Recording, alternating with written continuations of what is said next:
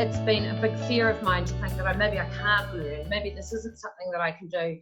So unraveling that and actually feeling like, actually, I think I found it actually really enjoyable and really easy. When you're interested and engaged in something, you can learn, Yeah. And so from that perspective, I feel like it's been quite a personal journey rather than a journey towards a new career. But also what I discovered was the fear that I can't do it is only there until I sit down and start, if that makes sense. So I'll get myself like kind of, this bit's going to be hard and I know it's coming and I'm not, I won't be able to, all that, neuroscience, all that'll be like, that'll be hard because, it really will show how stupid I am because it'll be all, sciencey and confusing and da-da. And so then I'm busy and I'm like, I'm not making it. And then I find the time and I go, right, this is when you're doing it. You sit down and as soon as I start, and I often do breathing or something to kind of center myself before I start. As soon as I start, a lot of that fear starts to go away. So actually it's almost just the fear. A lot of the fear is just to even get started, to try, because then it might show me that I'm right, that I can't do it, Yeah.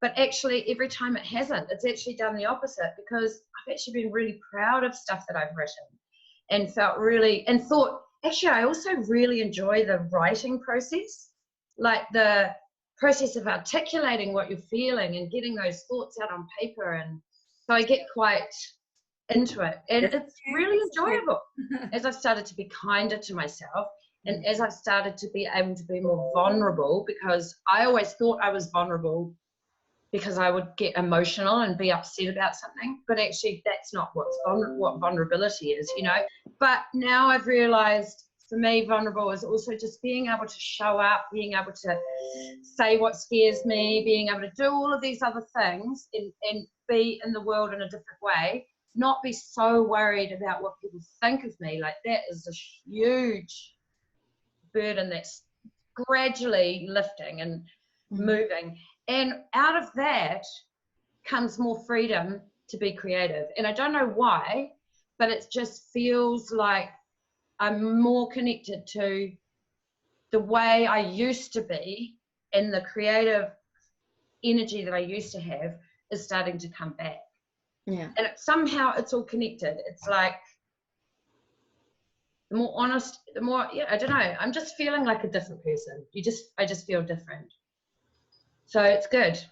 I mean, I guess the biggest thing for me has been this whole concept of challenging your thoughts and being able to look at things that you tell yourself, hear the thing, like actually not even look at.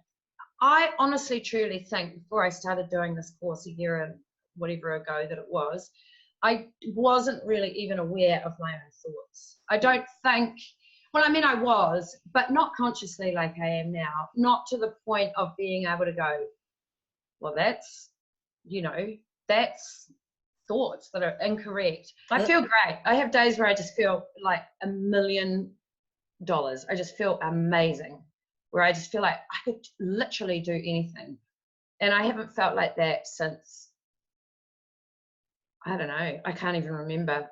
Maybe in my late teens, I used to feel like that sometimes, but maybe not even ever. I mean, literally, I feel the energy like it's like a zizz, and it's like roaring through you, and you think, I could literally do anything. I could literally do anything. And that feeling is such an amazing feeling. And that comes from all of this work, What else would you want to say or tell other people if they were thinking about doing the course? Well, I guess for me, what I worried about doing the course was I didn't come at it from the perspective of, I'm already a masseuse and I just want to have another string in my bow. I had no background in this whatsoever. But somewhere in the small print, I think I read that, even if you just want to do it for personal development, then that's a valid reason. And I had a lot of, anxiety around it. Was I doing it for, these people that are going to be life coaches and they're probably already psychologists and they're probably already this or that. So I guess what I would say is if you have that feeling to do it and it feels like it fits with your ethos, because I loved the holistic approach to everything, then you don't have to know what you're going to do at the end. You can just do it, and it can simply be for yourself.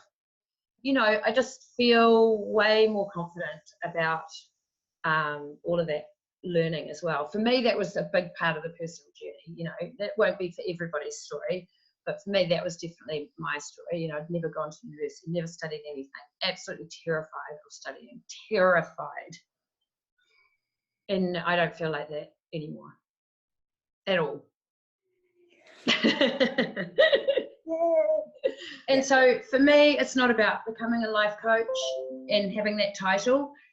I mean, I don't know, I might get in touch with you in 5 years' time and it's all changed, but at the moment, that's not what it's about. It was about learning, and I've been able to share what I've learned with people, and I've been able to use it with my kids and in every kind of way. So for me, it's just been a huge personal growth experience, and yeah, I'm just so grateful that I don't even know how I sort of stumbled across it or why just it's great.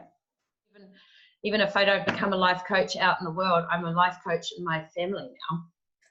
So I like that too. I don't know how you do what you do, Vicky, with all these people all over the world, and it's incredible what you've set up. It's so great. It's been life-changing. I've loved every second of it. And not every second of it, but I've loved it, you know.